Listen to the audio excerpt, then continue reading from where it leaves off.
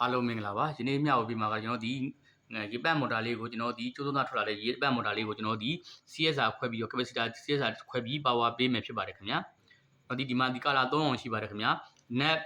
ပြာနီ3အောင်ရှိပါတယ်ခင်ဗျာကျွန်တော်3အောင်ကိုပတ်ချလဲလှည့်ပြီးတော့အခုတို့နဲ့မီတာက digital meter ရှိနေဒီဂျန်သုံးလို့ရတယ် analog meter ရှိနေ analog meter သုံးလို့ရပါတယ်ခင်ဗျာကျွန်တော်ဒီ on scale ကိုအရင်စစ်စစ်မှာဖြစ်ပါတယ်ခင်ဗျာ color 3အောင်ကိုစစ်မယ်ကျွန်တော်ဒီ net နဲ့နီနဲ့ကိုတိုင်းမယ်ကျွန်တော်ဒီ32အောင်ရှိပါတယ်ခင်ဗျာနက်နီမှတ်လိုက်ပါမယ်ပထမဆုံးတိုင်းရတဲ့ဒီနက်နဲ့အနီကိုတိုင်းတဲ့အခါမှာကျွန်တော်ဒီ32အောင်ရှိပါတယ်ပထမဆုံးတိုင်းတယ်နော်နက်နဲ့နီတိုင်းတာဒီ32အောင်ရှိမယ်နောက်တစ်ခါတောင်းမယ်နက်ပြတိုင်းမယ်ပတ်ချလဲပတ်တိုင်းဖြစ်ပါတယ်18အောင်နက်ပြဒီ18အောင်နက်ပြဒီ18အောင်ပြီးရင်ပြာနီတိုင်းမှာဖြစ်ပါတယ်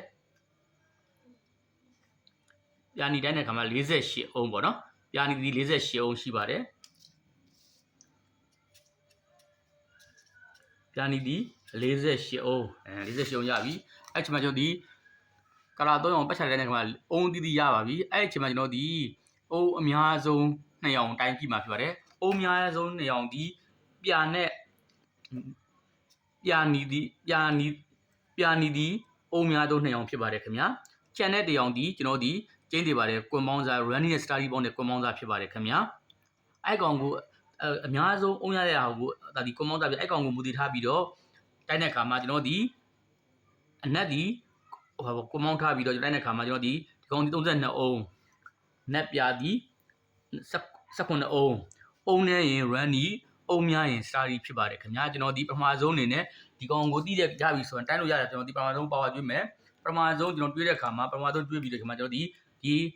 ကျွန်တော်ဒီအနက်ဒီကျွန်တော်ဒီကွန်ပေါင်းစားဖြစ်တဲ့ running နဲ့ study ပေါင်းထားတဲ့ဒီကောင်ကို power တစ်လိုင်းပေးမှာဖြစ်ပါတယ်ခင်ဗျာဒါဒီ power ကျုပ်ဖြစ်ပါတယ်ပြီးရင်ကျွန်တော်ဒီမှာတိုင်းတဲ့အခါမှာ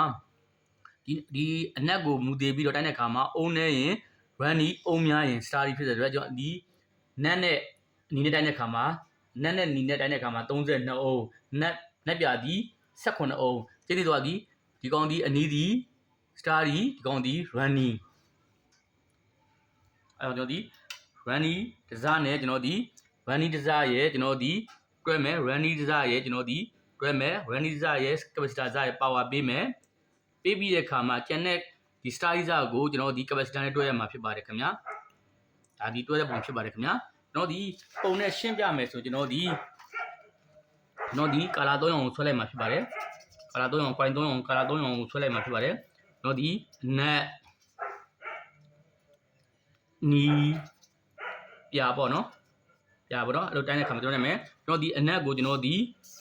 power တစ်လိုင်းကျွေးမှာဖြစ်ပါတယ် line တော့မဟုတ်ဘူးကျွေးလိုက်မှာဖြစ်ပါတယ်ခင်ဗျာပြီးရင်အပြာဒီနက်ပြဒီကျွန်တော်ဒီ running ဖြစ်တဲ့ power တစ်လိုင်းကျွေးမှာဖြစ်ပါတယ်ခင်ဗျာပြီးရင်ကျွန်တော်ဒီ capacitor နဲ့တွဲမယ်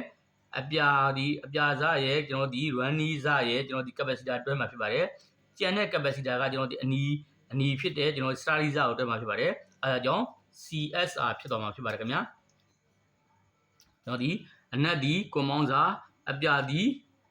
running စားဖြစ်ပါတယ်အနီးဒီ study စားဖြစ်ပါတယ်ခင်ဗျာအဲ့လိုမျိုးခွဲခြားပြီးတော့ကျွန်တော်ဒီအကိုတို့အနေနဲ့ကလာ3အောင်ကို2အောင်ဒီတိုင်းပတ်ချတဲ့ကအိုးများဆုံးရပြီဆိုနေအဲ့အများဆုံးရတဲ့2အောင်တွေ့မယ်ကျန်တဲ့အောင်ဒီ power တစ်လိုင်းပေးရမှာဖြစ်ပါတယ်ခင်ဗျာ power တစ်လိုင်းပေးပြီးအဲ့ကအရောင်ကိုမူတည်ထားပြီးကျန်တဲ့2အောင်ကိုလိုက်ပြီးတိုင်းတဲ့အခါမှာအုံးနေရင် running အုံးများရင် study တက်ဆင်ပေးရမှာဖြစ်ပါတယ်ခင်ဗျာဒါဒီကျွန်တော်ဒီရေပတ်မော်တာလေးတွေမှာကျိုးသုံးသားထွက်လာတဲ့အခါမှာကျွန်တော် CSR ခွဲပြီး power ပေးခြင်းဖြစ်ပါတယ်ခင်ဗျာအားလုံးကိုကျေးဇူးတင်ပါတယ်ခင်ဗျာ